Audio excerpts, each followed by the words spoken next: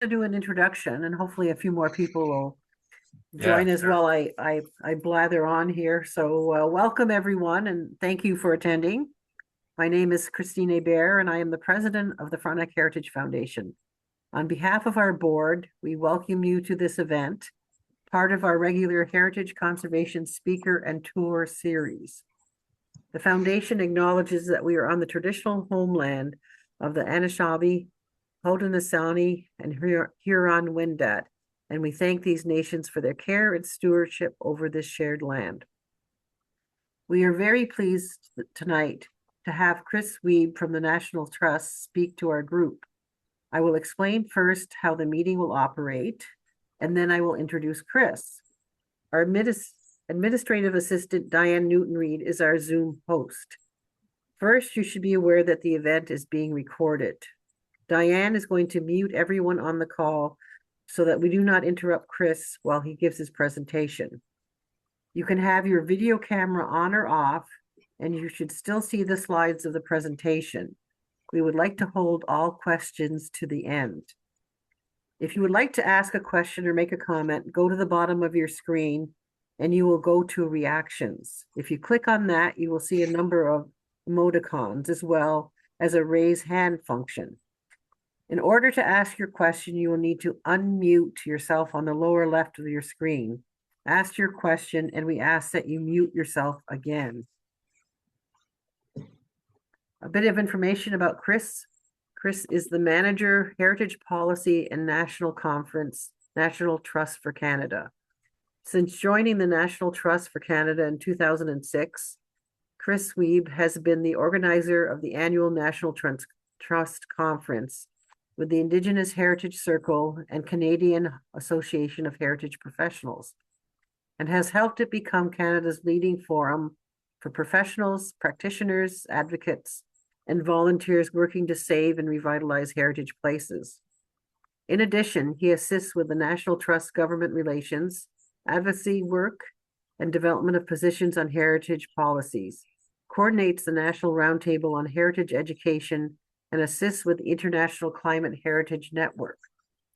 In recent years, he has led the development of reports unpacking the building reuse as climate action and the systematic barriers holding it back in Canada, including making reuse of the new normal, accelerating the reuse and retrofit of Canada's built environment. Chris holds a Master of Arts degree from Carleton University, Canadian Studies, Heritage Conservation, and the University of Alberta in English, and has written on heritage and culture for magazines like Policy Options, Canadian Geographic, and Municipal World. Chris has been an instructor in the Cultural Resource Management Program at the University of Victoria since 2012 and writes a monthly column on local heritage places for his Ottawa neighborhood newspaper. So without further ado, we welcome Chris and we look forward to his presentation. Thank you. Thank you so much, Chris. Good evening, everyone. I'm Chris Wiebe from the National Trust for Canada. It's a real honor to be here tonight with you from the Frontenac Heritage Foundation. And I'm here to deliver this presentation, Heritage Now, Climate Action, Social Resilience, and Economic Transformation. So I want to begin by recognizing that I'm coming to you from the National Trust headquarters in Ottawa, located on the traditional territory of the Anishinaabe Algonquin peoples. And I want to extend my personal appreciation for the opportunity to live and learn on this territory in mutual respect and gratitude. So with the presentation tonight, I want to examine how and why heritage places matter today and how to steward them and capitalize on their potential. Along the way, we will visit various places across the country and extract different lessons. It's both a kind of a cross-country road trip and a celebration of the breadth of the Canadian experience in this era of sovereignty threats and other things. So first things first, what is the National Trust for Canada? Well, created in 1973, it's the leading national charity dedicated to the conservation and promotion of Canada's heritage sites and landscapes. It believes that heritage conservation addresses the needs of communities today by fostering identity, driving economic activity, enhancing belonging, advancing reconciliation, supporting climate resilience, and promoting well-being.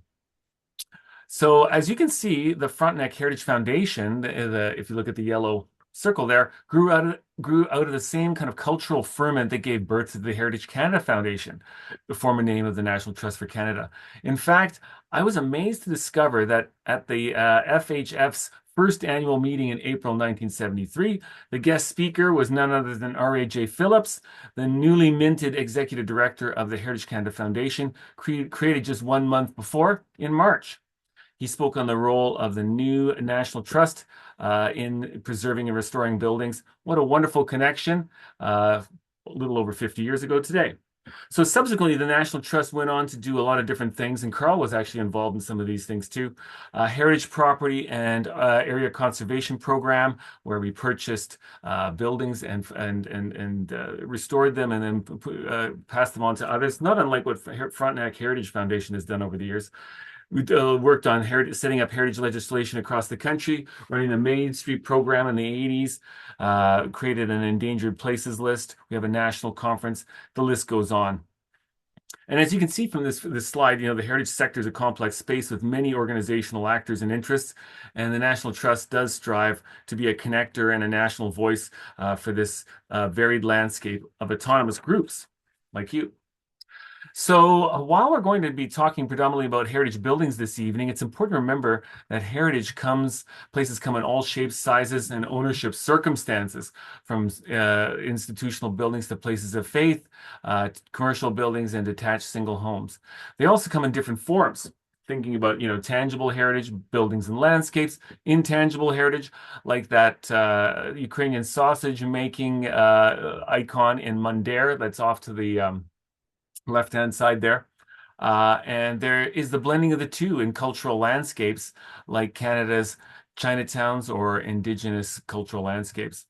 In the bottom is bottom of this slide is one of my favorite places, kind of in the bottom right center. It's Writing on Stone, a World Heritage Site in Alberta. It's a spectacular place of profound significance to the Siksika, Kainai, and Piikani people, and also shows how cultural heritage landscapes often exceed geopolitical boundaries. The Sweetgrass Hills you can see in the distance, critical to the site's meaning, are actually in Montana, so divided by the 49th parallel. There's also, in the middle of the picture, there's a picture of an archaeological dig happening on Herschel Island in Yukon's Beaufort Sea. Archaeologists there are digging through fascinating layers of history, from 19th century American whalers to millennia's old indigenous peoples. This is rescue archaeology in action, and it's a desperate bid to record and understand before a heritage place is inundated by rising sea levels. So what is the role of a heritage organization in a landscape where there's rapidly proliferating forms of significance and value? It's an interesting question. Heritage commemoration has been largely celebratory in the past, but what do we do with places that have negative and positive associations layered in the same place? What do we do with the multiple meanings? Actually, Bellevue House in Kingston, Parks Canada property, offers an interesting case study. And what we do with the heritage of the historically marginalized or equity-deserving communities, these are other challenges. So why don't we look back at where we sort of came from as a heritage movement? The heritage conservation enterprise really was born in an era of apparent contradictions. I mean, it predates this, but in the Canadian context, we'll start here. In the 1950s and 60s, Canada was rapidly demolishing and remaking itself in the wake of the Second World War. This was the era of urban renewal as an international movement. And for many Canadian cities, this meant demolishing buildings and clearing out areas considered to be urban blight. It'd be interesting to see if Kingston actually had that happening there. It's ironically, came at the time of Canada's centennial, and some of the most dangerous years for buildings were actually, when you look at the records, were 1967 and after. Shortly thereafter, the demolition rates were pretty high of significant structures. This violent remaking also inspired concern for retaining places then considered important for communicating the creation of Canada. Of course, with things like Louisbourg, which I have depicted on the screen here, they were reconstructed in the 1960s, and it was a big late 50s, early 60s, and it was a big kind of moment for Parks Canada to actually sort of have some of these heritage trade skills built up. There was also in the 1960s, there was a creation of heritage buildings repositories like Upper Canada Village in 1961 or King's Landing in New Brunswick in 69, places where buildings in the way of progress could be taken and exist as kind of historical tokens to explain how things once were, while meanwhile freeing up space for progress, as it was then styled. So, I mean, it's interesting to think about destruction and the kind of the catalytic nature of it. And every city had its turning point or moment, some sooner than others. It'd be interesting to think about what was one of the catalytic moments in Kingston at some point. The big one, of course, would be the Pennsylvania Station in New York, led to the creation of the National Historic Preservation Act there in the U.S. in 1966.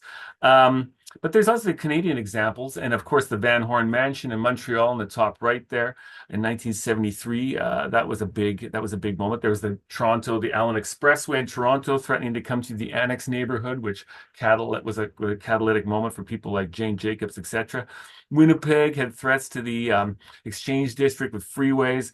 Same thing in Ottawa with the Rideau Convent Chapel in 1971, which was demolished. And then actually it was an interesting story. Some of you may know it, where they chainsawed at like the 11th hour, I think over the course of about a day, that beautiful wooden interior of the chapel and saved it. That was all the time they were given. And it was put in storage and reconstructed many years later in the National Gallery of Canada. Gorgeous space. So the 1970s, I mean, was a time of creation of, building cultural institutions and infrastructure. And we live within the frameworks born at that time to this day.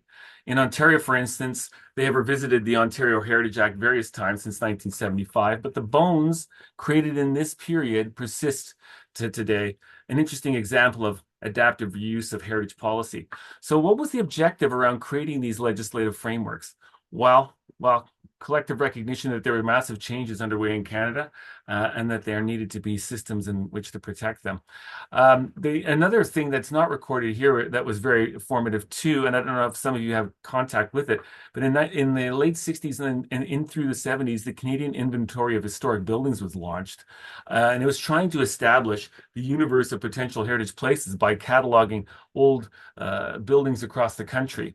And there's about a couple 100,000 actually cards in Gatineau, Quebec, that record all of these places, and an incredible baseline for them. Of course, they were sort of using a particular narrow lens, and I'm not sure if they actually sort of captured a lot of the some of the socially diverse, or some of the racial buildings of those diverse and racialized minorities. But it would be interesting to go through that process and see what's happening. So where's the heritage enterprise now? Well, I guess the frame has changed. Things are in different context. I found it helpful to borrow, really, Columbia University professor Erica Avrami's idea of the heritage enterprise to disentangle it from heritage and its many forms of expression, or even heritage conservation, which is a field of thought and philosophy. The heritage enterprise for her is the way the heritage conservation project has been operationalized in society, in legislation, heritage government policy, financial criteria, even NGO group infrastructure. But of course, the heritage enterprise isn't an island.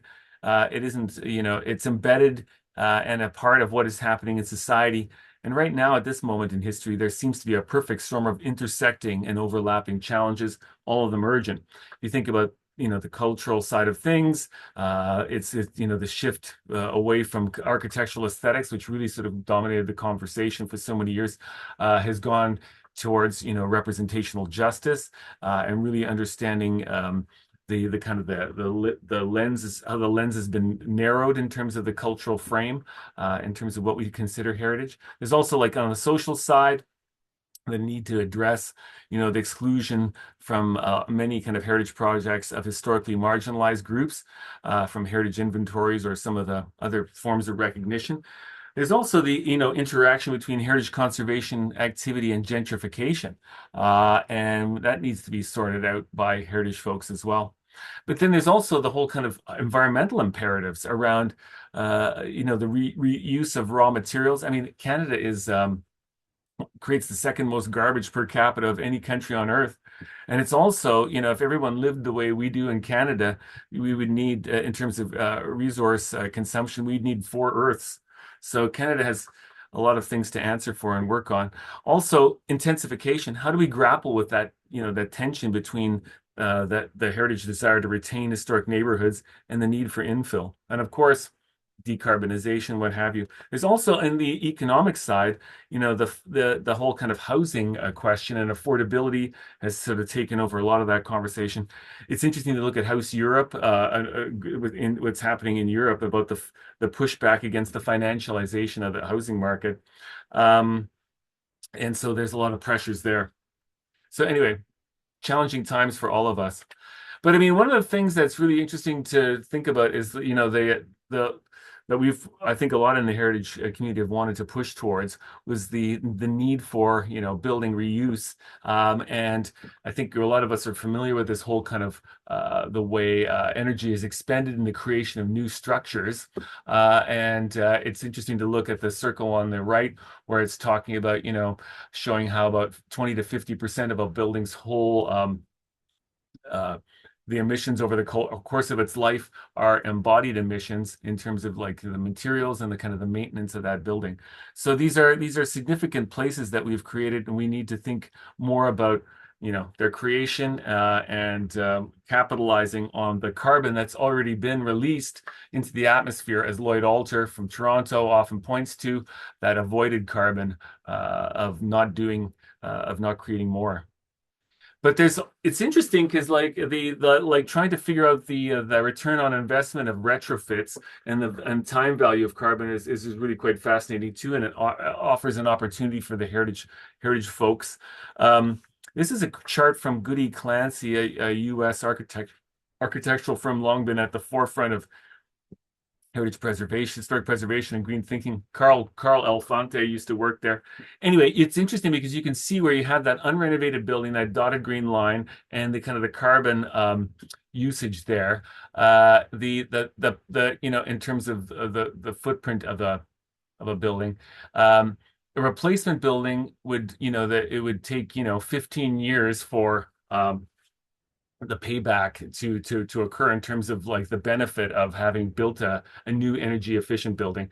And then you look at the renovated older building, the red line on the bottom, and it sort of basically shows that the replacement building, it would need about 50 years for the replacement building to actually, the new efficient green replacement building to actually get anywhere near the carbon footprint of the renovated green building. So it's actually, there's great reports out there sort of examining and unpacking all of these kind of dynamics, and I think we're all quite familiar with some of them. There's also, I guess, the one that doesn't get talked about very much is sort of the material value, the value of material generally. Unexamined. I mean, I guess in terms of some of the materials, the raw materials that go into new construction or that are embedded in older buildings, and the landscapes that they represent in terms of what was destroyed, or the biodiversity lost, or the indigenous cultural landscapes that have been disrupted or even destroyed. Those are there also in buildings. It's not just about carbon.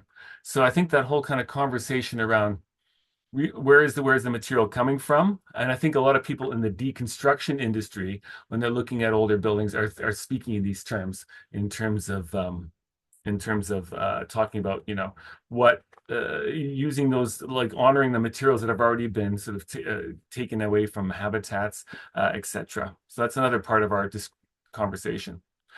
So over in Vancouver, it's actually one of the demolition capitals of Canada at the moment, where there's they have a ferocious demolition problem driven by super high and ever rising property prices. That's slowed a little bit in recent months, but it's interesting because you look at how many, about 5,000 homes. Single-family homes a year are being demolished up until, I guess this past year. And it's interesting because, a 1,500 square foot home represents about, 25,000 kilograms or 23 metric tons of CO2 emissions. So there's a lot of people that are sort of pointing to the need to stop this work from happening. And one of them is this renewal. The other picture coming up there is this renewal development company run by Glenn Lewis, who I've been getting to know recently. And they've been actually sort of like moving and removing rather than having seeing the demolition of these buildings full of old growth timber, etc. They're actually moving some of these mid-century modern buildings, if it's easy to move them, off to First Nations communities along the coast. And in some cases, they're the first new homes or that have been erected in some of those communities in the last number of decades. So there's people trying to explore this issue. And Glenn Lewis got into it because his sister's home in Sydney, BC was really well cared for, a nice arts and crafts house from the the Edwardian period. And she sold it, and then she was worried it was going to be demolished, so she actually moved it. And this lit a spark in Glenn to actually say, this is maybe an opportunity to make an impact in the environmental realm and also create a viable business. So he's actually been working hard on that, and it's actually pretty exciting to keep up with what's happening there. Also in BC, I guess, is the creative solutions or creative kind of responses to trying to add density. And this one on the left is maybe not so creative because it's actually stripped down to the studs. I mean, it's lost most of its character defining elements, but it's an example of what they're doing in BC. They're actually, they're raising this house up, putting another unit underneath and putting a few more behind. They're trying to find sensitive ways to put in infill. Maybe this is less successful than we would hope, but it's an example of what they're trying to do there, rather than just demolish things completely. And then on the right is this group Unbuilders run by Adam Corneal, who's been really working to deconstruct and remove a lot of the old growth timber from these buildings. Of course, there's all sorts of challenges around where do you store the materials, how do you grade them so that they can be used in a new buildings. That's one of the challenges. But I think it's an industry that's just starting, and it's another way to kind of honor the material value and the material heritage of these buildings. So that's happening in BC. Back in mind, just scampering along, got to keep on trucking here. Like just thinking about my hometown of Edmonton. While they did, a very good job of demolishing most of the really interesting places in their downtown in the 1970s. I went to university in Winnipeg and was blown away by the incredible built environment there. But the Tegler building was a really sort of a strong example of that. I mean, dynamited into the ground in 1982. But there's a whole new generation, actually. People like Ivan Beljan, who runs Beljan Developments. If you look at that picture on the right, he's actually, a lot of developers would take down that small hydro substation, but he actually sort of built his entire kind of new infill project around it. And he says, local developers have done this kind of demolition, new construction work for generations. They have an easy formula for this financial model, and they don't really have a need for a new mindset. So he's actually blazing his own trail, and working in a lot of these spaces. One of the things he did recently was the Strathcona Hotel, which is a very famous building on White Avenue. But I mean, a lot of them have been these smaller interventions. So there's kind of countercultural people there in Edmonton. One of the most exciting things that's happened recently, it has been the former Royal Alberta Museum, which was a beautiful, centennial project. Here we are, centennial projects demolish things at the time, and now they're getting demolished themselves. This one was on the brink of demolition. It was on the endangered list for the National Trust since about 2015. But it's actually quite, sumptuous materials like Tyndallstone. I mean, it's Tyndallstone brutalist, kind of an interesting combination here, and lots of beautiful high quality finishes inside as well. It was actually in the process of being demolished, and you can see here the journey to demolition, which was announced in early 2025, was kind of a long one. If you look at point 2 and point 3, it says in 2025 there were finding it completed a new RAM on the existing site, incorporating the existing building. And by 2010, they had made the decision to move downtown and abandon the old site. So what happened there? I think there was sort of a flavor of the month in terms of coagulating cultural institutions in downtowns to try to revitalize them. I think people have moved away from those kind of that district idea, but I think in Edmonton that's the case. So that was probably one of the contributing factors there. So anyway, this beautiful building sitting there for years. There was actually a group of people, including Vivian Manaska, founder of an architecture firm, Reimagine, that helped persuade just over the course of this past year the Alberta government to halt demolition. They were actually demolishing the building slowly. So it's quite incredible. It's kind of back from the dead, this building. They asked them to have one last RFP to see if a new use could be found for this structure. And lo and behold, they accepted the RFP now, I think it was in December. And so this building is actually going to be transformed into another public space with kind of arts functions, health and wellness, and other things. So it's actually kind of an inspiring story of a building back on the brink of death being reimagined and actually getting traction.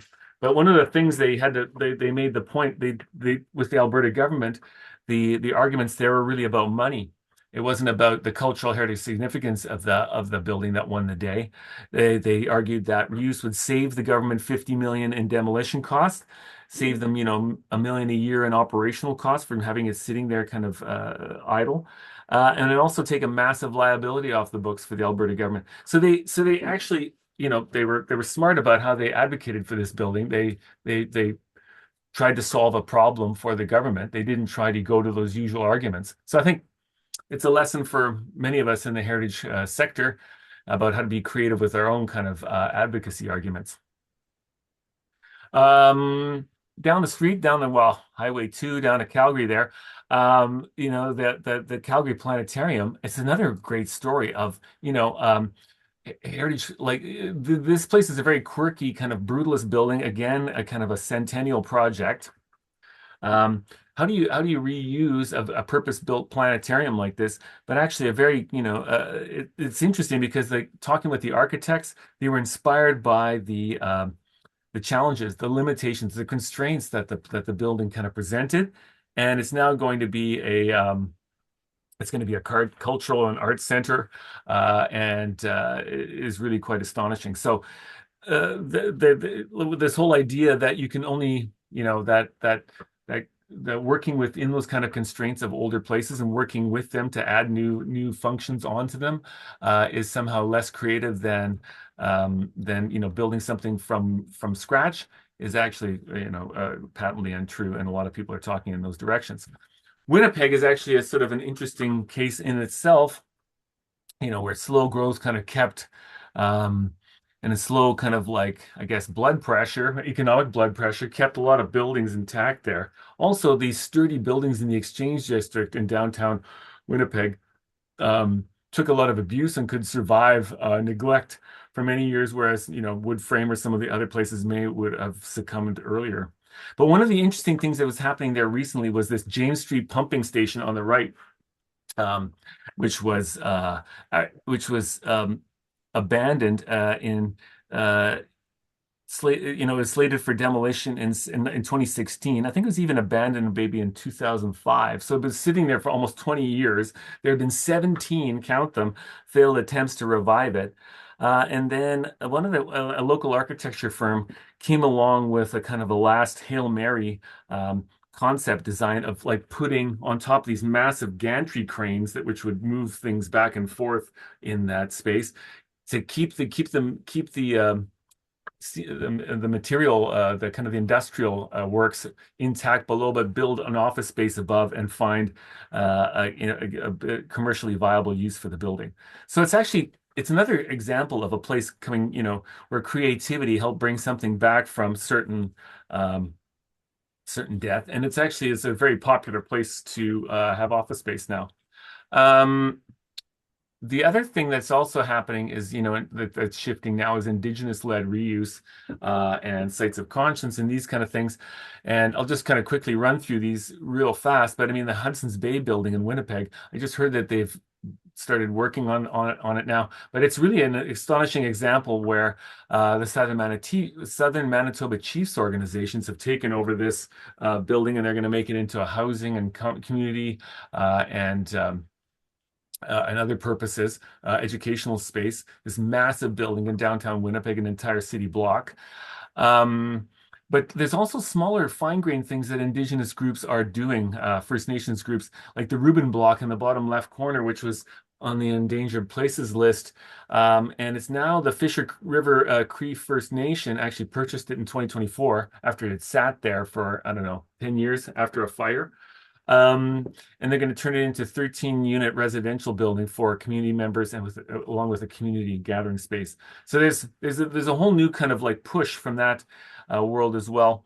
Um, there's also, of course, things like the former Mohawk Institute Residential School in Brantford that reopened as a public museum for the first time again since closing many years ago. It opened on National Day for Truth and Reconciliation on September 30th. And how powerful, I mean, while this, foreboding place has incredibly difficult stories to tell, it's now a place of hope. The Mohawk language courses are now being taught to the next generation in this building. So the symbolism of this language training happening in a building meant to extinguish their culture, Indigenous cultures, by severing family relationships and disconnecting people from the land and language is so powerful. It's too powerful to ignore. Um, I think I'll skip past the American embassy down on the bottom there too.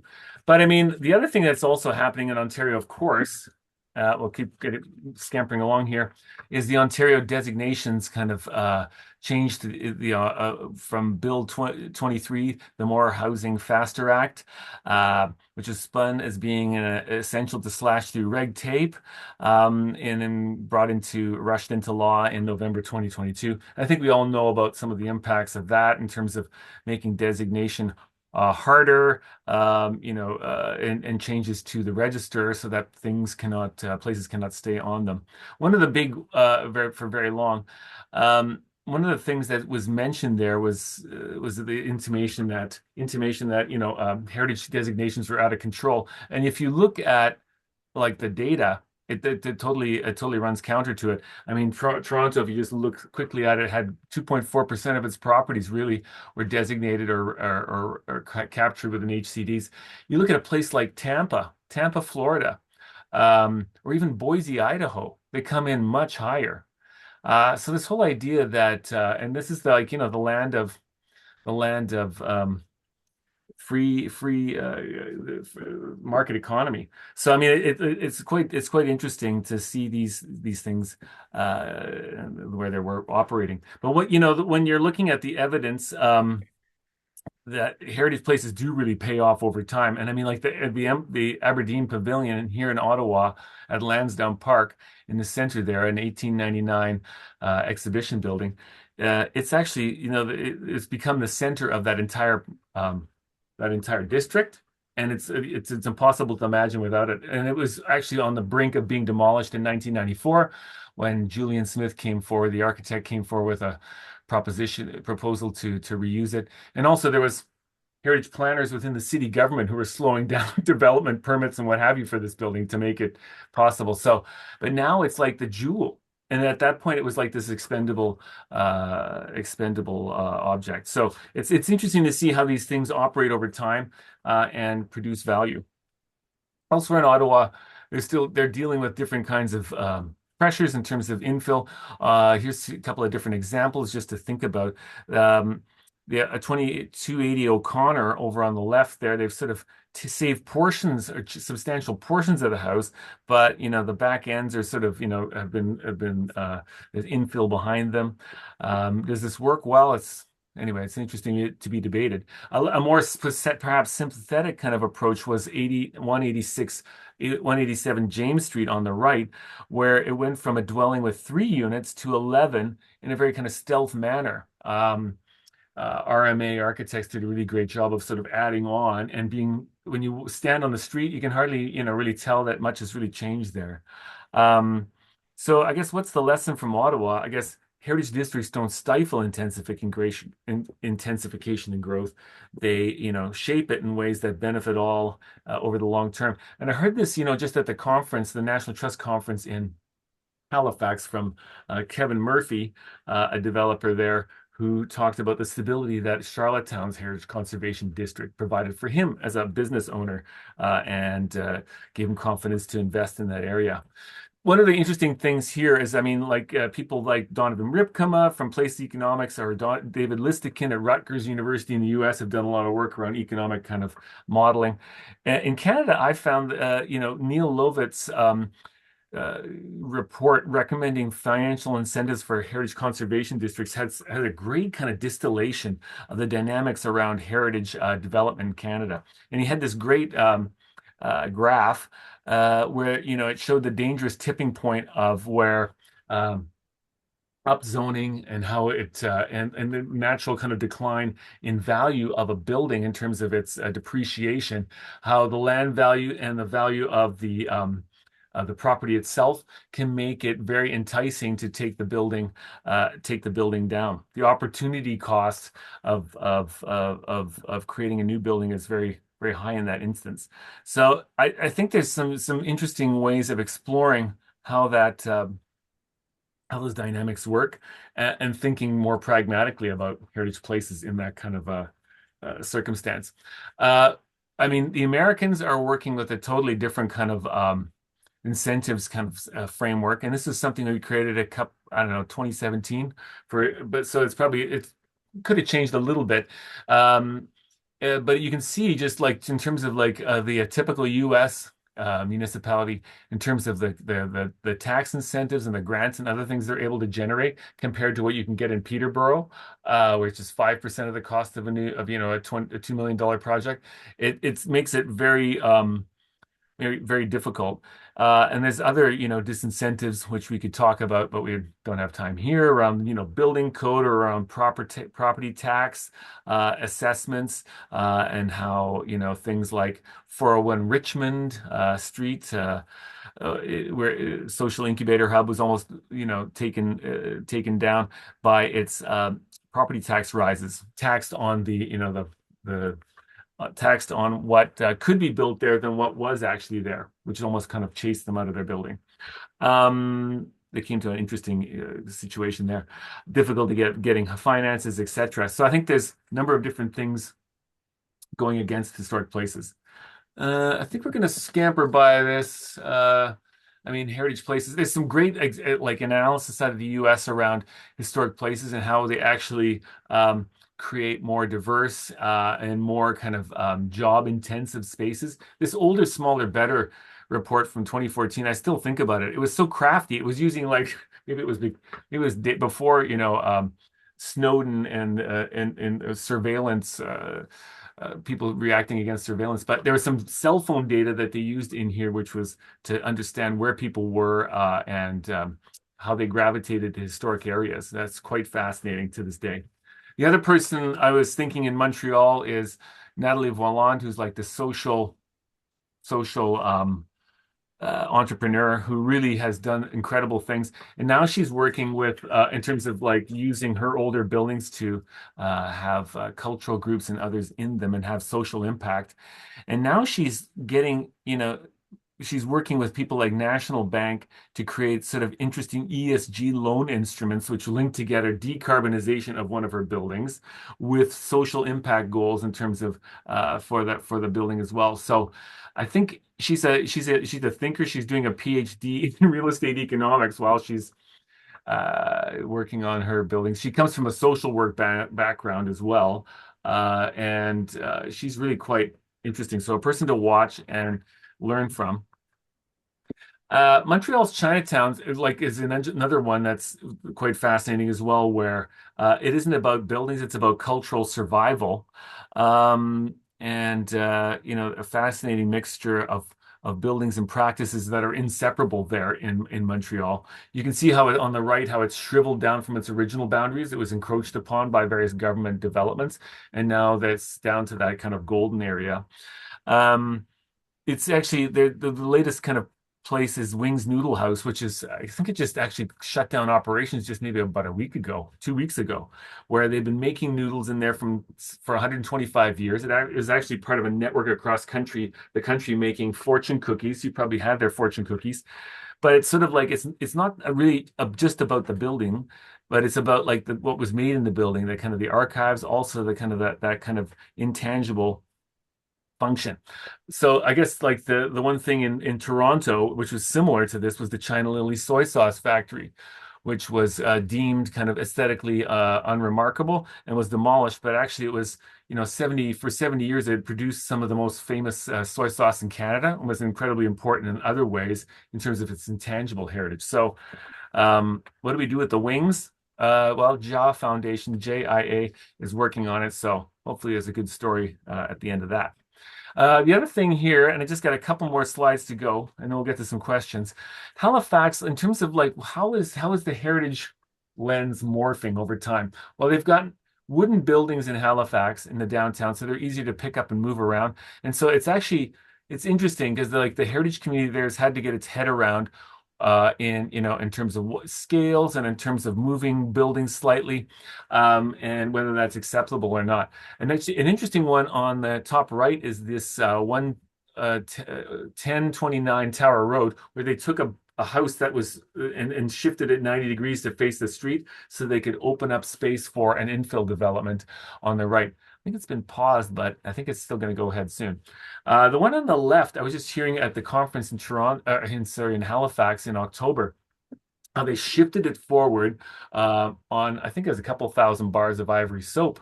I think it's only ivory soap. It's not Irish Spring. They said only ivory soap is good, has the frictive, I don't know, has the right coefficients or something. Anyway, fascinating. But they moved it forward into the corner so that they could make space around it for a kind of an L-shaped infill development. But actually, it was like the even more interesting story was the marrying of this mid-19th century hotel with this other building in terms of the building code requirements, and some of the challenges and the things that hoops they had to jump through with that. But you can also see in Halifax where they're building around this, like in the bottom right corner around the Waverly Hotel. They haven't moved it. They're kind of infilling, and you be the judge.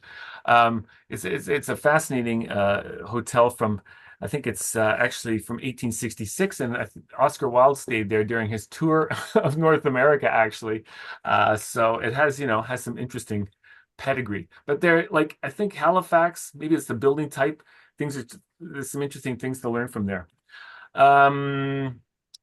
Maybe well, I mean, there's one on the left there, and also in Halifax. So it's okay. The interesting story there is that they've taken this 1960s building and created housing in it faster than you can see this kind of empty plot on the picture on the left in front of that building.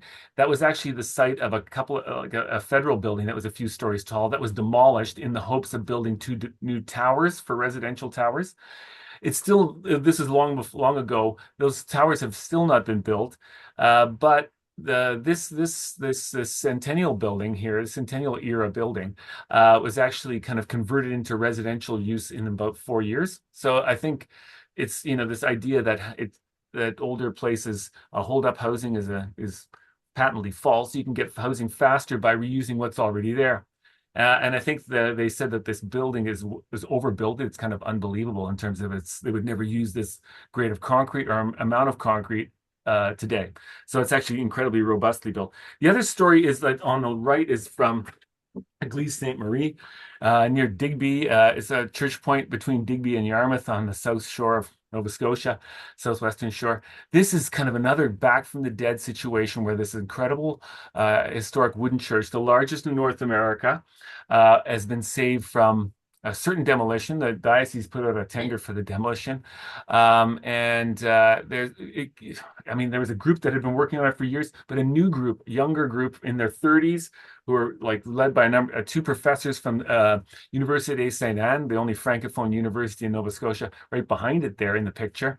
They got behind it, found a new group to try to save this building, and it's incredible. They've turned it right around. It's going to be it's become a real poster child for what you can do with community energy.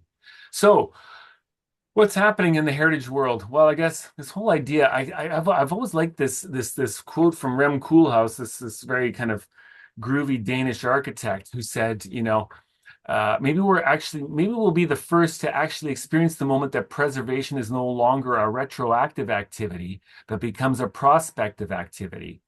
And this other idea, we'll have to decide in advance what we're going to build for posterity sooner or later. So I think it's an interesting idea because it opens up another pathway for preservation in terms of thinking about, the fact that we need to be more conscious about what we're building now, the preservation of tomorrow, and kind of pushing back against this idea of obsolescence, this idea that that we need to slow down the creation of new structures. I think Rem Koolhaas had different motivations. He was probably thinking that historic preservation was getting out of control, but I think it's actually quite a fascinating idea to unpack because as a civilization, if we're going to keep living on this planet, we're going to have to learn how to live within our limits, and part of that is not churning through resources and materials and creating more carbon every generation or so.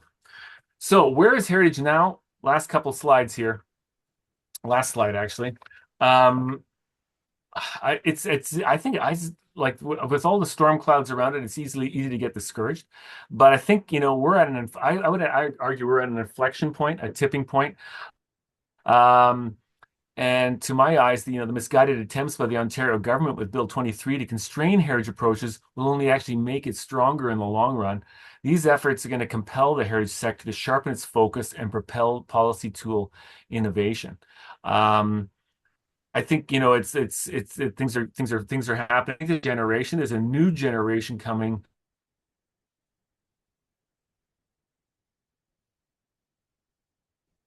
to really evaluate this. In the last three in-person National Trust conferences since COVID, I really noticed a huge shift in the demographics, in the speaking roster, and in the attendance. A new generation's rising, bringing exciting ideas and fresh energy here.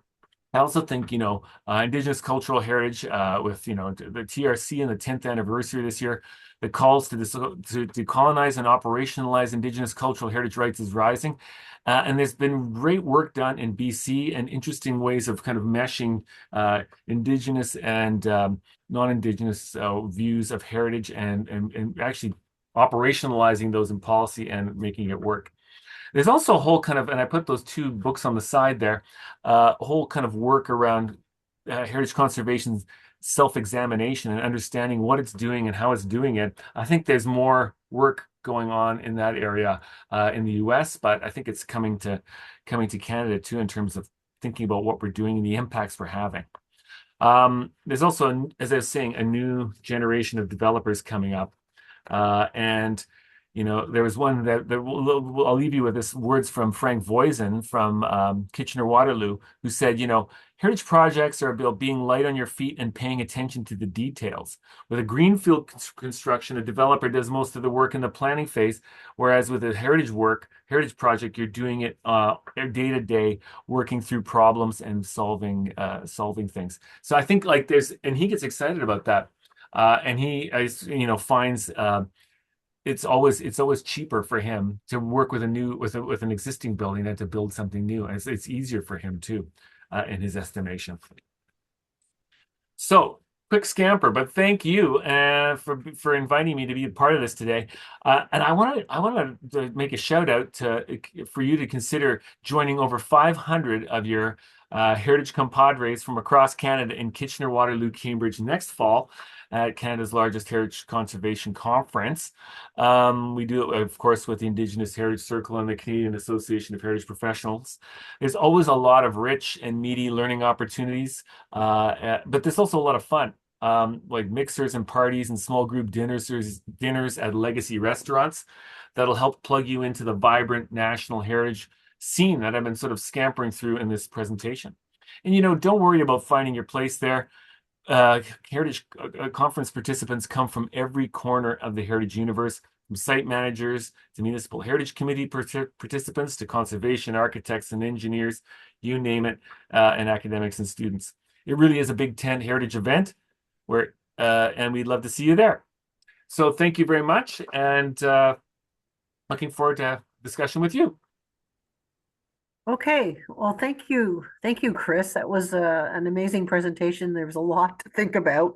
My head's sort of reeling, and I just wish that you could have gotten into more depth and I could have lingered on some of those slides a bit longer, but certainly there's a lot of innovation to success, and there's so many factors that bring these projects together, and it's wonderful to see the action across Canada. Anyways, I digress here. So I don't know if anyone's raised their hand to ask a question. Diane, have you seen any? No. I'll throw it out to people who are online here, and if you do want to ask a question, please unmute yourself and ask Chris the question. Any takers? You have to unmute yourself.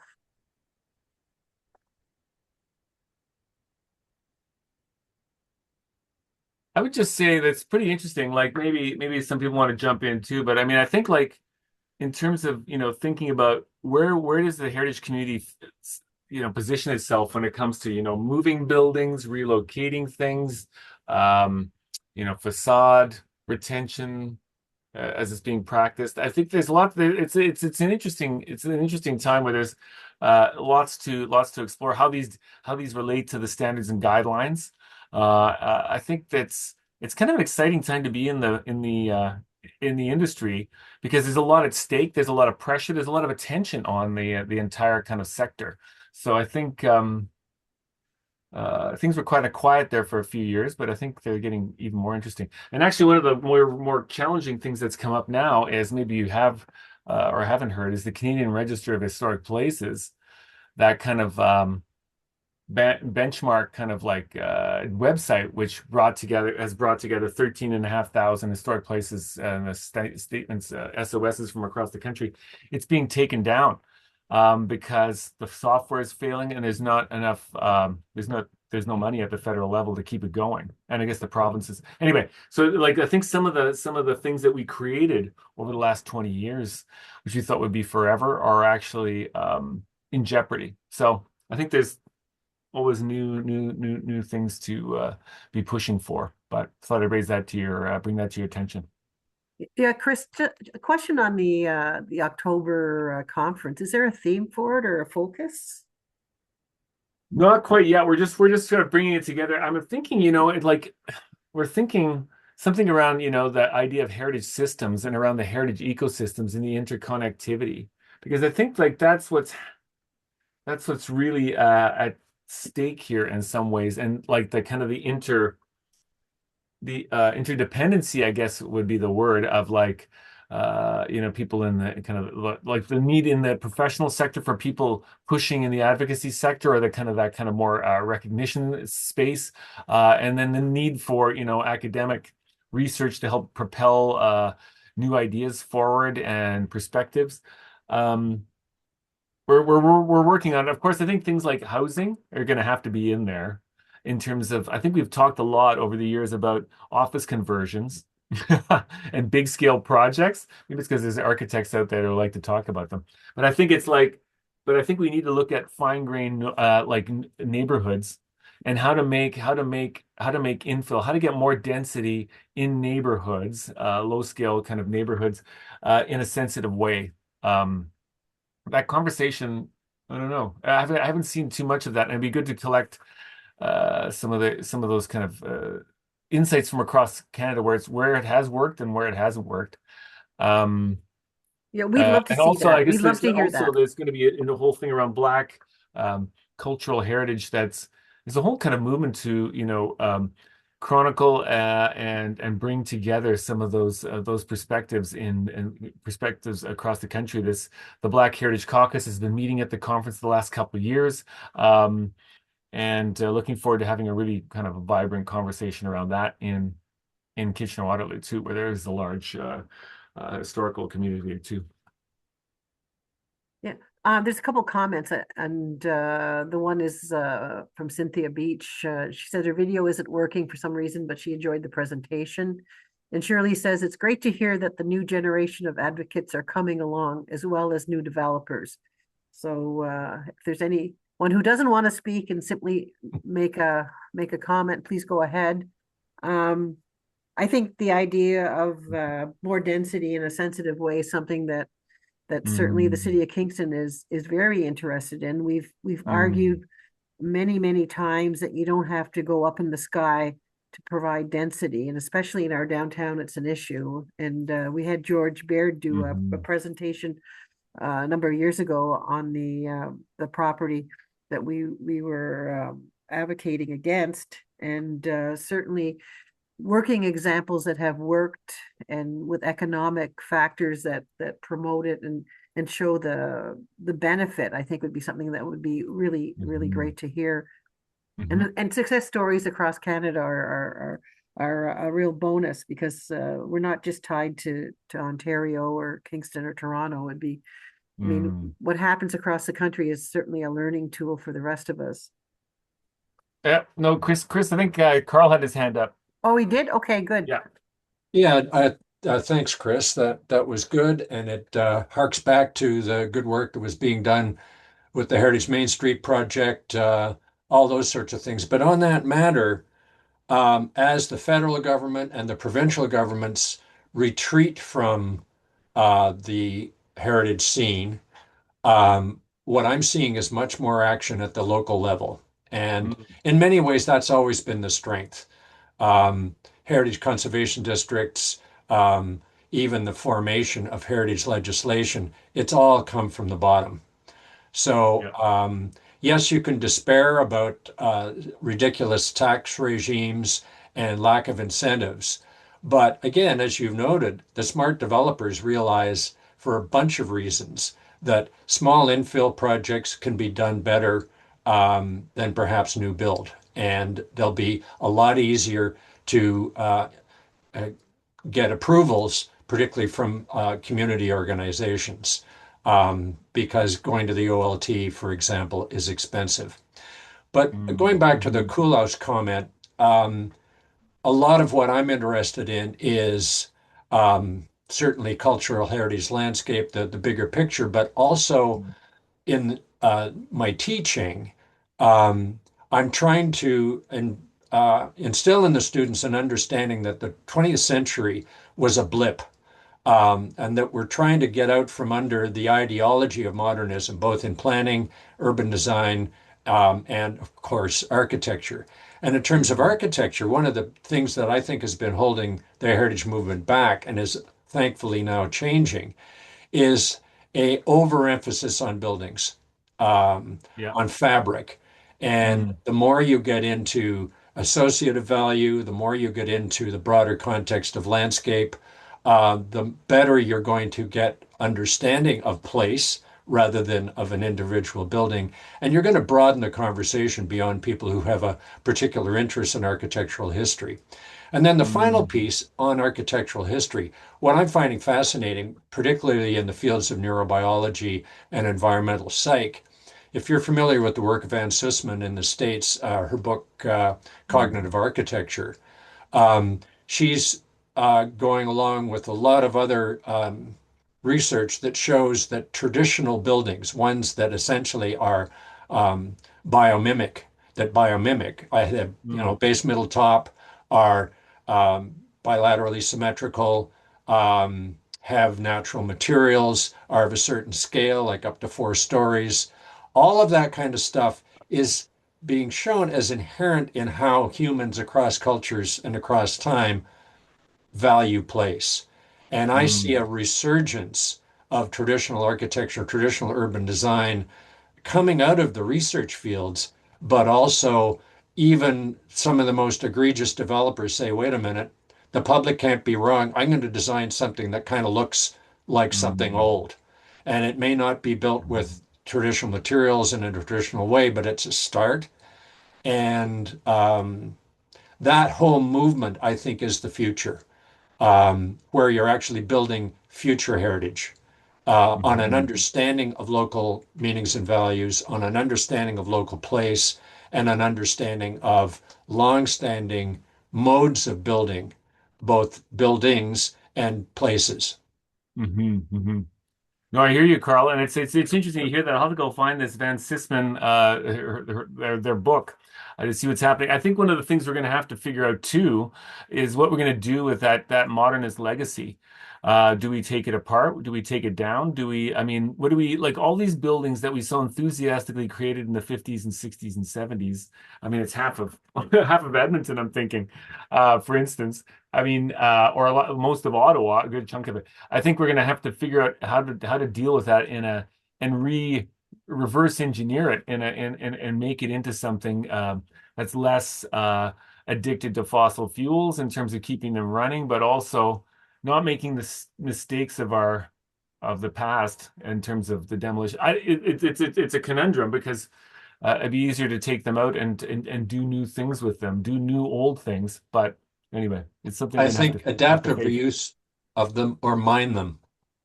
Yeah, yeah. Well, I mean, that's what they're doing in Europe. You see, Denmark and what have you, like in Belgium and Germany, like their material mines, material banks. They're cutting apart, brick facades and putting them together in patchwork quilt-like ways to cover up to uh, for the facades of new buildings. It's fascinating. There's a note here from Cynthia.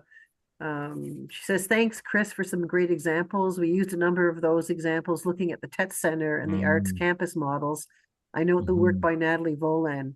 Will there be any groups to discuss adaptive reuse of churches? That's a big issue across many places, I think. Has there been a focus on that? Have you heard um, a series of successful stories about that item? I mean, National Trust a number of years ago, yeah, Rob Peugeot was down to talk with people from our office from Frontenac Heritage Foundation to run a workshop that day a few years ago. But yeah, Rob has moved on; he's retired. But I think like the conversation needs to be rebooted. And I think there was actually out of Newfoundland, there was Nicholas Lynch had a project kind of like uh, looking at adaptive reuse. Of places of worship across Canada and trying to catalog them and trying to like create typologies to understand what was happening. I'm not sure where that's at. The website seems to be uh, not functioning as well anymore. But I mean, it was an ambitious project. I also think there's work being done by um, people. What is the name of the organization now? They've changed their name. That Graham Singh runs out of Montreal. But I mean, they're doing things in terms of reusing buildings and then finding kind of housing projects that can work on the sites and also kind of find new community uses for the churches. And I think it's a challenge I think we need to look at as a community more concertedly because I think there's more and more um, coming down. I was just hearing along the St. John River in New Brunswick, there's an incredible church, 200-year-old church, and it's being dismantled right now as we speak. Sheffield, I think it's just sort of an hour down the road from Fredericton toward to the east. Anyway, but it reminded me, so what are we going to do with some of these rural churches? A lot of the conversation happens around urban ones. But no, I think there needs to be a more concerted look at places of faith again in terms of what's happening and finding good models for them. But yeah, maybe the conference is a good place to have that conversation again. Reboot it. That's a great point.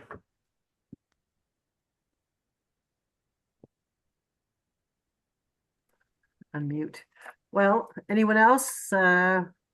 Anyone else have any comments or questions? Dave Gordon usually have something to say. No? I was just going to invite people.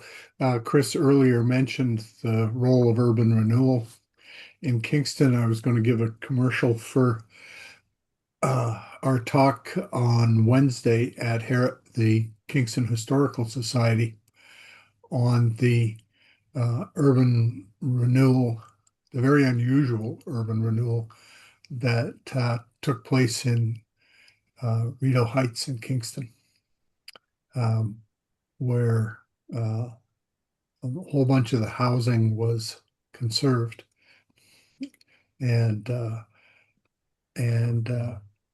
what we would call conservative surgery by Patrick Geddes instead of tear it all down.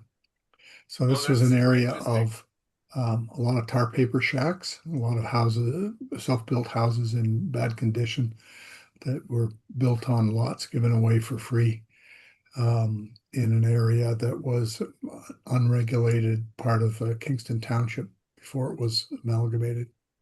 And the city ran an urban renewal program with Gordon Stevenson and for it. And at first, it was all about tear it all down and build a cul-de-sac and a bunch of Regent Park South townhouses.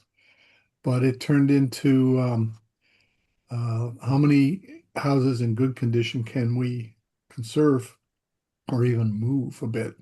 How many new lots can we make? And how can we do this with the least cost and least disruption to the most number of people? So it was a bit strange actually compared to what you normally expect to see in urban renewal, especially from Stevenson, who was trained by Le Corbusier. So uh, nothing but fun, and you're all invited to join the Kingston Historical Society's putting it up on the internet tomorrow night. So Sounds great. yeah, have fun. David, I didn't put it together. I mean, I've got your book sitting right here, Town and Crown, and I was just thinking I didn't connect the dots in my mind. So my apologies, but I mean it's a great kind of like exploration of what happened in Ottawa over the years in terms of that work. And I mean you deal with some of the urban renewal kind of like dynamics in that book too. Yeah. Yeah, I've written some stuff for the NCC, which is waiting to be published. Um, the Le Breton Flats was not the destruction of a community. It was a horrible industrial area, open coal piles. The analysis we've done of what was there at the time of renewal um, was completely different. So, I laugh with Phil Jenkins. His acre of time was very carefully selected out of the 100+ acres that were there. I mean, it's a brilliant book and it's well written and wonderful and provocative. But the truth of the matter was that this was a very nasty area, and it's kind of shocking the condition of the housing in northern in Rideau Heights. A lot of it, everything was photographed in order to get the grants, and just running the photographs is terrifying. It's just shocking. I mean, it's much worse than the stuff we see up in Attapawasket. So you look back and you think, oh, well, urban renewal is always evil, right? Hmm. Yeah. Not so sure. No, good point for sure. But Chris, my question for a question for you, perhaps, looking at an earlier version in Kingston, which I'm just starting to look at Kingston seriously because Brian Osborne was the historian for here. Um, the earlier suggestion to um, by Stevenson and Muirhead to do an urban renewal program for Old Sydenham Ward, for which um, Carl did the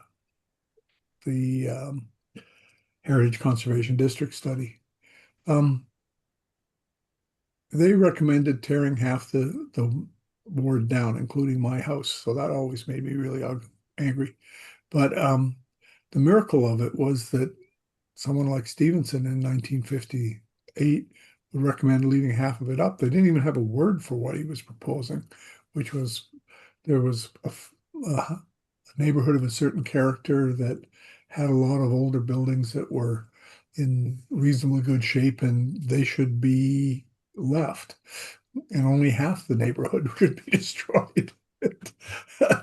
The glass half full thing. And yeah, and looking back at it and trying to place it, in 1956, that was a really radical suggestion. When was the first heritage district in Canada? What was that? What was it? Bastion Square in Victoria in 58? Or the Mile of History in Ottawa in 59? We're trying to figure Was there out something there? when, Yeah. what was the beginnings of the idea of heritage conservation in the country? We all grew up with it being normal. I thought Mm. going out and inventorying heritage buildings was a normal thing, part of the planning program at Queens in the 70s. But I understand this was one of the first inventories ever done. Yeah. So, Exactly. but when did But heritage conservation begin? There doesn't seem to be a good history of it in the country. Canada needs a history. I mean, it's a history of the heritage conservation process. I think Christina Cameron, who used to be Canada Research Chair in Heritage Conservation at University of Montreal, she's supposed to be working on one. I keep bugging her about it, but anyway, it's still not here. But you could date it back to things like the Chateau Ramsay and like in like Montreal. I think they wanted to take that down maybe 1890s, kind of like arts and crafts, kind of Morris inspired stuff. William Morris out of the UK. I think, obviously with the creation of the Historic Sites and Monuments Board, when was that? 1918? It was very early, like just in terms of around trying to find a place for trying to plan a place for all these forts like the Department of Defense wanted to take off the books and hand off to someone, like including Fort Henry, and then some of these places where what do we do with these places of these kind of like this historic significance? We need to have a board that can assess things and provide kind of a national oversight. But that was really the beginning of it there. But I mean, I guess in terms of like at the more kind of granular level, the city level, it was only in the 60s, really, 50s, 60s, as you say, where they started thinking in those kind of district terms and then bringing in historic heritage conservation legislation. I think in Quebec, it was what, late 60s or like 70? Like Alberta wasn't too long after that in 1973, and then Ontario 75. So I mean, it was sort of right around in that period when you had that kind of legislative response. But I would say, like, Canada, like, it doesn't really, we're not good at, and I was saying earlier to Chris and Diane and Shirley that, the National Trust hasn't been good at keeping track of its own history and kind of promulgating it and getting it out there and sort of thinking systematically about it.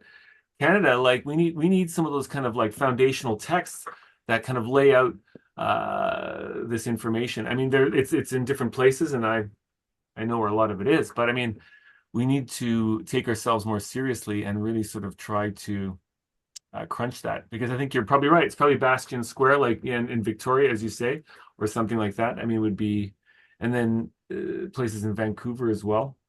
Anyway, it'd be good to explore. There's a something there for somebody if they want it. Project. I'm confused by what was going on in Kingston in the 50s with City Hall. Christine knows the story really well. Yeah. Well, where the portico got a crack in City Hall and they tore it off and smashed it into gravel. It's just unbelievable. And but nobody gave a damn. If the building hadn't, they would have, if Kingston City Hall, they would have torn it down, except it was built too strongly. So, Anyways, so I guess if there isn't anyone else, I'll thank Chris for his informative and very interesting presentation. I believe we're putting it up on our website, so we can look at it again. And if we have any further questions, maybe we can email you. And certainly, we invite you to come down and we can give you a wonderful tour of what's happening in Kingston and show you the heritage conservation districts we have, the heritage character areas we have, and potentially what issues we're fighting, and I guess the big one too is insurance. So that's another discussion, but we welcome a discussion with the National Trust on insurance because it seems to be a big bugaboo for property owners here and has brought a lot of our designations to a halt. So that's something that we'll examine further and see what we can do. Well, thank you so much for having me, and thank you for the opportunity. Great. It was wonderful to have this conversation. And yes, we need to talk further about insurance because that's a whole nother conversation. But I mean, an important one to have, and we're trying to work on resolving it because it's a problem across the country, honestly. Okay, well, thank you again, and we look forward to seeing you. And certainly send us the information on the conference because it's it'd be great to have you there. No, don't miss it. It'll be interesting dynamic conversations and networking there. Okay, with the trip. Okay, thank you. Thanks so much again. Okay, take care. Bye-bye. Bye.